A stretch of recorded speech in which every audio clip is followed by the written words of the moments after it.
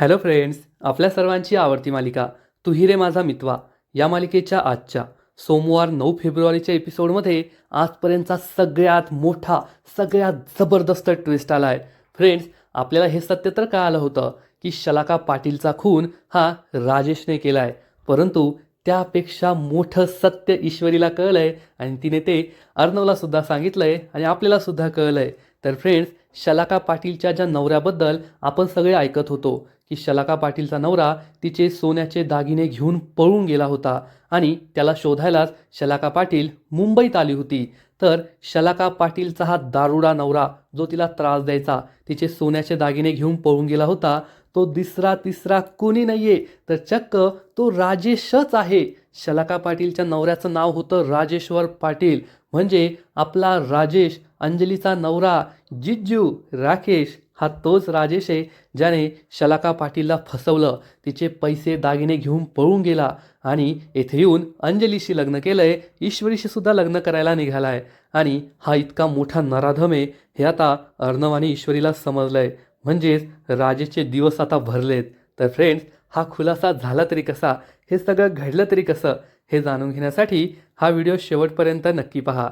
आजच्या एपिसोडच्या सुरुवातीलाच police inspector सगळी चौकशी करत असतो तेव्हा ईश्वरी त्याला सांगते, शलाका पाटीलने मला शेवटचा मेसेज पाठवला होता आणि यात सांगितलं होतं की माझ्या नवऱ्याशी सगळं भांडण मिटलंय आणि आता आम्ही गावीच राहणार आहोत. तेव्हा हा इन्स्पेक्टर विचारतो, मॅडम तुमच्याकडे तो मेसेज आहे का? ईश्वरी हो म्हणते आणि इन्स्पेक्टरला हा मेसेज दाखवते. तेव्हा राजेश लपून हे सगळं पाहत असतो, ऐकत असतो. इन्स्पेक्टर ईश्वरीला विचारतो, पण आम्हाला या डेड बॉडीजवळ हा फोन वगैरे काही भेटलाच नाहीये, हा फोन कुठे असेल त्याचा शोध घ्यावा लागेल. आणि तो ईश्वरीचे खूप आभार मानतो, खूप खूप थँक्यू, तुमच्यामुळे आम्हाला या डेड बॉडीबद्दल खूप मोठी माहिती मिळाली आहे आणि खऱ्या गुन्हेगारापर्यंत आम्ही लवकरच पोहोचू. ईश्वरी म्हणते, ठीक आहे साहेब. तर हा इन्स्पेक्टर सांगतो, आम्हाला तुमच्या आणखी मदतीची गरज पडली तर आम्ही तुम्हाला पुन्हा एकदा भेटायला येऊ.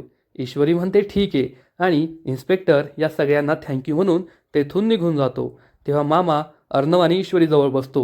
हे दोघे खूप टेन्शनमध्ये आहेत हे मामाला समजतं आणि मामा हा ईश्वरी आणि अर्णवला समजावून सांगतो, या सगळ्या प्रकरणामुळे तुम्हाला दोघांना मनस्ताप झालाय, वाईट वाटलंय, दुःख झालंय हे मला कळतंय, परंतु आता तुम्ही दोघांनी हे सगळं विसरून आकाश आणि नम्रताच्या लग्नाकडे लक्ष द्यायला हवं. कारण आज ईश्वरीची आई येथे येणार आहे लग्नाची बोलणी करण्यासाठी आणि तुमच्या दोघांच्या चेहऱ्यावर हे टेन्शन चांगलं दिसत नाहीये आणि आता तुम्ही नॉर्मल व्हा. ईश्वरी म्हणते, हो ठीक आहे मामा, आणि ईश्वरी तिच्या रूममध्ये निघून जाते. मामा हा अर्णवला समजावून सांगतो की ईश्वरीला खूप वाईट वाटलंय, दुःख झालंय, तिला धक्का बसलाय, तर तिचा मूड हा चेंज करण्याचा प्रयत्न कर, तिला सावरण्याचा प्रयत्न कर. अर्णवला हे समजतं. अर्णव अनिता ताईला आवाज देतो आणि अद्रक की चाय बनवायला सांगतो आणि अर्णव हा आपल्या रूमकडे यायला निघतो. ईश्वरी रूममध्ये बसलेली असते तेव्हा तिला आठवतं की अर्णवने तिला सांगितलं की शलाका पाटीलची बॉडी सापडली आहे, कोणीतरी तिचा खून करून तिला जमिनीत पुरलं होतं. हे सगळं आठवून ईश्वरी खूप दुःखी होते, तिला खूप वाईट वाटतं. तेवढ्यात अर्णव तिच्यासाठी आल्याचा चहा घेऊन येतो. ईश्वरीला आश्चर्य वाटतं आणि ती विचारते, हा चहा तुम्ही माझ्यासाठी बनवलाय का? तर अर्णव सांगतो, नाही मी नाही बनवलाय, मी अनिता ताईंना बनवायला सांगितला होता, हा चहा पी, तुला बरं वाटेल. ईश्वरी शलाकाबद्दल सांगू लागते, सर शलाका पाटीलना खूप चांगली मुलगी होती, खूप दुःखी होती, तिच्या नवऱ्याने तिला फसवलं होतं, तिचे सोन्याचे दागिने चोरून तो पळून आला होता मुंबईत, ती त्याला शोधायला आली होती, खूप अडचणीत होती, मी तिला मदत केली, खरंच खूप चांगली मुलगी होती, तिच्याबरोबर कुणी हे सगळं केलं असेल. अर्णव ईश्वरीला समजावून सांगतो, ईश्वरी शांत हो, जास्त विचार करू नको. ईश्वरी म्हणते, सर जगात किती वाईट माणसं असतात ना, त्यांना कोणाचं काही देणं घेणं नसतं, फक्त दुसऱ्यांचे जीव घ्यायचे, त्यांची फसवणूक करायची, त्यांना लुबाडायचं एवढंच त्यांच्या मनात असतं. अशा माणसांना शिक्षा व्हायलाच हवी. अर्णवला समजतं ईश्वरी खूप दुःखी आहे आणि तो ईश्वरीला समजावून सांगतो, ईश्वरी आता हे सगळे विचार मनातून काढून टाक. तू शलाकाच्या बाबतीत पोलिसांना जी मदत करू शकत असती ती तू केली आहे, त्यांना सगळी माहिती सांगितली आहे. आता रात्रंदिवस तिचा विचार करून काही फायदा नाही आहे. आपल्या घरात आता लग्न आहे, आकाश आणि नम्रताच्या लग्नाची तयारी तुलाच करायची आहे, त्यामुळे आता त्याच्याकडे लक्ष दे आणि पोलीस सगळा तपास करतील. असं म्हणून अर्णव तेथून निघून जातो. ईश्वरीला वाटतं खरंच अर्णव सर किती चांगले आहे आणि माझ्यावर कितीही रागराग दाखवत असले पण त्यांना माझी खूप काळजी वाटते. तेवढ्यात आत्या ईश्वरीला पुन्हा एकदा कॉल करते. ईश्वरी विचारते काय झालं, तर आत्या सांगते काल रात्री तर त्या नराधमाला मी येथे पाहिलंच होतं, पण आज सकाळी सुद्धा पाहिलंय. तो त्या खोलीच्या आजूबाजूला घुटमळतोय. नक्कीच त्याचा काहीतरी प्लॅन असणार आहे. ईश्वरीला आश्चर्यच वाटतं. ईश्वरी विचारते पण तो तेथे का घुटमळतोय, तेथे त्याचं काय असेल. आत्या सांगते ते मला काही कळत नाहीये, पण तू त्याच्यापासून सावध राहा. ईश्वरी म्हणते ठीक आहे आत्या, तू त्याच्याकडे बारीक लक्ष ठेव. आणि ती फोन कट करते. राजेशचं नेमकं काय सुरू आहे आणि तो चाळीत पुन्हा पुन्हा त्या खोलीजवळ का जातोय ज्या खोलीत तो राहायचा, हा विचार ईश्वरी करू लागते.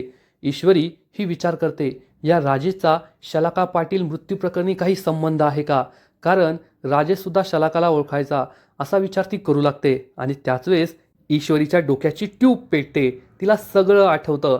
ईश्वरीला आठवतं की जेव्हा राजेश हा राकेश बनून तिच्या आजूबाजूला राहायचा आणि शलाका पाटील तिच्या ओळखीची होती, तेव्हा तिने राजेशला सांगितलं होतं शलाका पाटील माझी मैत्रीण आहे आणि तिला तुमच्या मदतीची गरज आहे.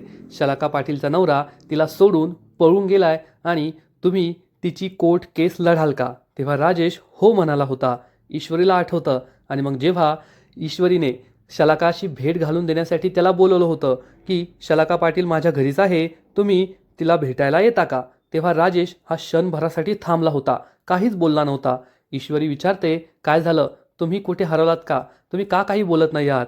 तेव्हा राजेशने सांगितलं होतं मला एका मित्राचा कॉल आलाय, त्याच्या आईला हॉस्पिटलमध्ये ॲडमिट केलं आहे, मला तिला भेटायला जावं लागेल, त्यामुळे मी आत्ता नाही येऊ शकत. आणि राजेशने या शलाकाला भेटणं टाळलं होतं. हे सगळं ईश्वरीला आठवतं. आणि ईश्वरी विचार करते नक्कीच शलाका पाटील आणि राजेशचा एकमेकांशी काहीतरी संबंध असणार आहे. हा राजेश खोटारडा आहे आणि मला हे लवकरात लवकर शोधून काढावं लागेल.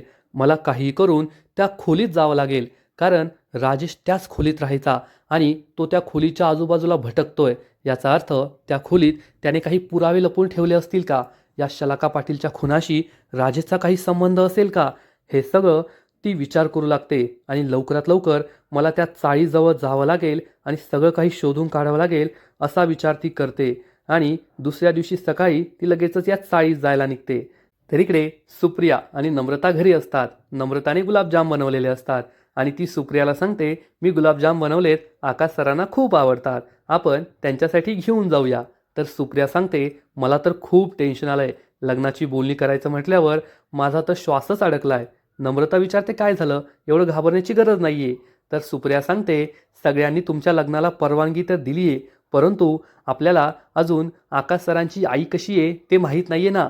तर नम्रता सांगते घरातील सगळ्यांना तर तो ओळखते, सगळे चांगले आहेत, आजी मामा अंजलीताई सगळे चांगलेच आहेत आणि आकाश सरांची आईसुद्धा खूप चांगली आहे, तुला त्यांचा स्वभाव आवडेल, एकदा भेटलीस की तुझ्या मनातील भीती ही निघून जाईल. तर सुप्रिया म्हणते हो तुझं खरं आहे, पण आधी आपल्या त्यांना भेटावं लागेल आणि मगच सगळी काही बोलणी करता येईल. तर इकडे ईश्वरी ही आपल्या चाळीत पोहोचते आणि ज्या खोलीमध्ये राजेश राहायचा त्या खोलीमध्ये ती येते. तेव्हा तिला दिसतं की आत्या या खोलीत राहायची, त्यामुळे आत्याने या खोलीची सगळी साफसफाई केली आहे, सगळं धुवून चुळून ठेवलं आहे. तरीही ईश्वरी सगळे कपाट ड्रॉवर सगळीकडे शोधाशोध करू लागते, परंतु तिला काहीच सापडत नाही. आणि ती विचार करते मला तर येथे काहीच सापडत नाहीये, मला असं वाटलं होतं येथे राजेशने काही पुरावे लपवून ठेवले असतील आणि शलाका मृत्यू प्रकरणात आपल्याला काही महत्त्वाचे धागेदोरे सापडतील, पण काहीच सापडत नाहीये. नेमकी या शलाका पाटीलबद्दल येथे काय असेल ज्यामुळे राजेश हा पुन्हा पुन्हा येथे येतोय, असा विचार ईश्वरी करते. आणि अचानक तिला आत्मस्फूर्णा होते. ती कपाटाच्या वर पाहते आणि तिला वाटतं अरे हा, या कपाटाच्या वर नक्कीच काहीतरी असू शकतं, नक्कीच कपाटाच्या वर एखादा पुरावा लपवलेला असेल. आणि ती एक स्टूल घेते आणि कपाटावर असा हात फिरवते. तेवढ्यात तिच्या हाताला एक पिशवी लागते आणि ईश्वरी ही पिशवी खाली काढते. कपाटावर पिशवी कोणी ठेवली आणि यामध्ये काय असेल हा प्रश्न तिला पडतो आणि ती ही पिशवी उघडते. तर यामध्ये एक फाईल असते आणि ही फाईल पाहताच ईश्वरीला आठवतं अरे यार, ही तर तीच फाईल आहे जी फाईल मी शलाकाला दिली होती आणि तिच्या नवऱ्याविरुद्धचे सगळे पुरावे या फाईलमध्ये तिला शोधून काढायला सांगितले होते. तिने या फाईलमध्येच आपल्या नवऱ्याविरुद्ध सगळे पुरावे जमा करून ठेवले आहेत हे ईश्वरीला समजतं. तेवढ्यात तिला शलाका पाटीलचा मोबाईलसुद्धा सापडतो आणि ईश्वरी म्हणते हा तर शलाकाचा मोबाईल आहे, ज्या मोबाईलवरून मला शेवटचा मेसेज केला गेला होता. याचा अर्थ हे सगळं राजेशचंच काम आहे आणि ही फाईल आणि हा मोबाईल घेण्यासाठीच राजेश येथे आला होता. ईश्वरी पुन्हा ही फाईल पाहते तर यामध्ये शलाका पाटीलच्या नवऱ्याचं नाव राजेश्वर पाटील असं लिहिलेलं असतं आणि मग ईश्वरीच्या डोक्याची ट्यूब पेटते. फ्रेंड्स, हाच आहे या मालिकेतला सगळ्यात मोठा खुलासा. आत्तापर्यंत आपण शलाका पाटीलच्या ज्या नवऱ्याबद्दल ऐकत होतो की शलाका पाटीलच्या नवऱ्याने तिला फसवलंय, तिचे दागिने घेऊन तो गावातून पळून गेलाय, मुंबईत आलाय आणि हा राजेश्वर पाटील शलाकाचा नवरा दुसरा तिसरा कोणी नाहीये तर तो चक्क राजेश आहे, अंजलीचा नवरा, आपल्या सगळ्यांचा आवडता जिज्जूच आहे राजेश्वर पाटील, ज्याने शलाकाला फसवलं, तिचे दागिने घेऊन शहरात पळून आला आणि मग त्याला चान्स मिळाला तर शलाकाला त्याने मारून सुद्धा टाकलं. हा सगळा विचार करून ईश्वरीला जबर धक्काच बसतो आणि या राजेशचं सत्य आता अर्णव सरांना सांगावंच लागेल, पोलिसांना हे सगळे पुरावे द्यावेच लागतील असा विचार करून ईश्वरी हे सगळं फाईल मोबाईल या पिशवीत भरते आणि घराकडे यायला निघते. तर इकडे मामा हा मामीला चांगलंच झापत असतो आणि तिला शेवटची वॉर्निंग देतो, वल्लरी तू या लग्नात आडकाठी घालू नको, गुपचूप या लग्नाला संमती द्यायची आणि लग्नाच्या बोलणीमध्ये सामील व्हायचं. पण ऐकेल ती मामी कसली, मामी ही मामाला आणखीन मोठे मोठे डोळे दाखवते, आवाज चढवते आणि म्हणते मी आकाश आणि नम्रताचं लग्न होऊ देणार नाही, ती नम्रता मला आवडत नाही, मी माझ्या मुलाच्या आयुष्याचं वाटोळं होऊ देणार नाही, हे तुम्ही लक्षात ठेवा.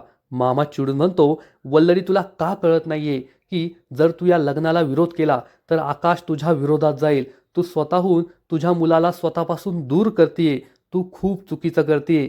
नम्रतावर आकाशचं प्रेम आहे, या दोघांचं लग्न झालं तर ते दोघे सुखी राहतील आणि आईबापाला दुसरं काय हवं असतं, आपल्या मुलांचं सुख, आणि तुझ्या मुलाचं सुख तुझ्या समोर आहे तरीसुद्धा तुला ते कळत नाहीये. वल्लरी खूप चिडते. मामा तिला म्हणतो, तुझ्या या स्वभावामुळे मी आयुष्यभर त्रास भोगलाय, पण आता मला तो त्रास भोगायचा नाहीये, माझ्या मुलाला मी तो भोगू देणार नाहीये. तू माझं आयुष्याचं वाटोळं तर केलं, पण माझ्या मुलाच्या आयुष्याचं वाटोळं मी तुला करू देणार नाही, एवढं लक्षात ठेव. मामीला जबर धक्काच बसतो. मामा चिडून म्हणतो, तुला जर लग्नाच्या बोलणीत यायचं नसेल तर नको येऊ, पण कायमचा दूर हो आणि या बोलणीतही नको येऊ, लग्नातही नको येऊ. मी माझ्या मुलाचं लग्नाची बोलणीही करेल, त्याचं लग्नही लावून देईल, मला तुझी काहीच गरज नाहीये असं म्हणून मामा तेथून निघून जातो. मामी खूप चिडते आणि विचार करते, तुम्ही मला माझ्या मुलाच्या लग्नाच्या बोलणीत नाही येऊ देणार, माझ्या इच्छेविरुद्ध त्याचं लग्न लावणार, पण मी हे लग्न होऊच देणार नाही. आता हे छोटे छोटे डाव टाकणं खूप झालं, आता मोठा धमाका करावा लागेल, ज्यामुळे नम्रता आणि आकाशचं लग्न कायमचं मोडेल असा प्लॅन वल्लरी बनवू लागते. तर इकडे ईश्वरी घरी परत येते आणि हा मोबाईल, शलाकाचा मोबाईल अर्णवला दाखवते. पण अर्णव हा ईश्वरीवर चिडतो आणि तिला जाब विचारतो, मला न सांगता, मला बरोबर न घेता तू एकटी त्या खोलीत का गेली होती. तेव्हा ईश्वरी त्याला समजवण्याचा प्रयत्न करते, सर माझं ऐकून घ्या. पण ऐकेल तो अर्णव कसला. अर्णव तिच्यावरच ओरडतो, मला काही ऐकून घ्यायचं नाहीये, सांग लवकर, तू मला न घेता तेथे का गेली, एकटी का गेली. ईश्वरी म्हणते, कारण सर मला अशी शंका होती या सगळ्या प्रकरणात त्या राजेशचा हात आहे. अर्णवला जबर धक्काच बसतो. तो विचारतो, राजेशचा, असं कसं काय. तर ईश्वरी त्याला सांगते, मला आत्याने कॉल केला होता आणि कालपासून राजेश आमच्या चाळीतील त्या खोलीच्या अवतीभोवती भटकतोय, याचा अर्थ राजेश हा नक्कीच त्या खोलीत जाण्याचा प्रयत्न करतोय आणि त्याचा शलाका पाटीलशी काहीतरी संबंध असेल अशी शंका मला आली आणि राजेशने त्या खोलीत जाऊन सगळे पुरावे गायब करण्याआधी मी त्या खोलीत जावं आणि पुरावे शोधावे असं मला वाटलं, म्हणून मी सकाळी सकाळी तुम्हाला न सांगता तेथे गेले होते. आणि ती अर्णवला हा मोबाईल दाखवते. अर्णव हा फोन पाहतो आणि विचारतो, हा तर कीपॅडवाला जुना फोन आहे आणि राजेश का हा फोन वापरतो का. तर ईश्वरी सांगते, नाही नाही, तो तर तुमच्या पैशावर भारी भारी फोन वापरतो, हा तर शलाका पाटीलचा फोन असेल आणि हा फोन आपल्याला चालू करायचा आहे. तर अर्णव म्हणतो, हा किती जुना फोन आहे, या फोनचं चार्जरसुद्धा कुठे भेटणार नाही आणि हा फोन चालूसुद्धा करता येणार नाही, तू हा फोन चालू करण्याचा विषय सोडून दे. तर ईश्वरी म्हणते, नाही सर, काही करून आपल्याला हा फोन सुरू करावाच लागेल, कारण हा फोन सुरू केला तरच आपल्याला राजेश विरुद्ध सगळे मोठे पुरावे भेटतील. आणि मग ईश्वरी ही अर्णवला चक्क ही फाईल दाखवते, ज्यामध्ये या शलाका पाटीलच्या नवऱ्याचं नाव राजेश्वर पाटील असं लिहिलेलं असतं आणि ईश्वरी सांगते, सर मला पूर्ण शंका आहे की हा राजेश्वर पाटील दुसरा तिसरा कुणी नाही तर चक्क राजेशच आहे. राजेशच शलाका पाटीलचा नवरा आहे, ज्याने तिचे दागिने चोरून शहरात पळून आला होता आणि मग शलाका पाटीलचा खून त्याने केलाय. हे ऐकून अर्णवला जबर धक्काच बसतो. अर्णव विचारतो, पण हे जर सगळं खरं असेल तर तर ईश्वरी म्हणते, सर आपल्याला हा मोबाईल लवकरात लवकर सुरू करावा लागेल. एकदा का हा मोबाईल सुरू केला मग आपल्याला सगळं कळेल की शलाका पाटीलचा खून कुणी केला होता. आपल्याला खूप मोठा पुरावा मिळेल. तुम्ही हे लवकरात लवकर शोधून काढा. आणि तेवढ्यात यांच्या रूमच्या बाजूला त्यांना एक सावली दिसते. दोघे खूप घाबरतात. हा राजेश तर नसेल ना असं त्यांना वाटवतं. आणि त्याच वेळेस मामा आवाज देतो, येऊ का आतमध्ये. अर्णव दरवाजा उघडतो तर चक्क मामा आतमध्ये येतो. त्यामुळे या दोघांना समजतं की इथे राजेश नव्हता आणि त्याने आपलं बोलणं काही ऐकलेलं नाहीये. तेव्हा मामा अर्णव आणि ईश्वरीला सांगतो, मी अंजलीला हॉस्पिटलमध्ये घेऊन गेलो होतो. तिची तब्येत बिघडली आहे आणि तिला 2 दिवस हॉस्पिटलमध्ये ॲडमिट केलं आहे डॉक्टरांनी. हे ऐकून अर्णव आणि ईश्वरीला जबर धक्काच बसतो. अर्णव घाबरून विचारतो, आणि मी कुठे होतो, तुम्हाला का नाही सांगितलं. तर मामा सांगतो, एवढं सिरियस होण्याची गरज नाही आहे. तिला थोडं अस्वस्थ वाटत होतं म्हणून मी तिला हॉस्पिटलमध्ये घेऊन गेलो आणि डॉक्टरांनी तिला काळजीपूर्वक हॉस्पिटलमध्येच ॲडमिट करून घेतलं आहे. एवढा घाबरण्याची गरज नाही आहे. अर्णव म्हणतो, ठीक आहे, पण आता ताईजवळ कोण आहे. मामा सांगतो, आकाश तिच्याजवळ आहे आणि तुम्हाला जर तिला भेटायला जायचं असेल तर तुम्ही संध्याकाळी जाऊ शकता. अर्णव म्हणतो, ठीक आहे. मामा सांगतो, काळजी करायची काही गरज नाही आहे, उगाच काळजी करू नका, संध्याकाळी तिला भेटायला जा. हे दोघे हो म्हणतात. मामा तेथून निघून जातो. तेव्हा अर्णव ईश्वरीला सांगतो, संध्याकाळी ताईला भेटायला जावं लागेल. ईश्वरी हो म्हणते. तर इकडे राजेश आपल्या मिशन चाळवर असतो आणि लपतछपत कोणी आपलं पाहू नये असं करत करत तो कसाबसा आपल्या खोलीजवळ येतो आणि पाहतो तर यावेळेस ना नम्रता फोनवर बोलत असते ना आत्या तेथे असते. त्यामुळे लगेचच राजेश हा आपल्या जुन्या खोलीजवळ येतो. त्याच्याकडे या रूमची चावी असते. ईश्वरीजवळ सुद्धा चावी असते. राजेश रूमचं कुलूप उघडतो, आतमध्ये जातो आणि त्यानेच या कपाटावर हे सगळे पुरावे लपवलेले असतात. त्यामुळे खुर्चीवर उभा राहून तो हे पुरावे शोधू लागतो. पण त्याला कपाटाच्या वर काहीच दिसत नाही.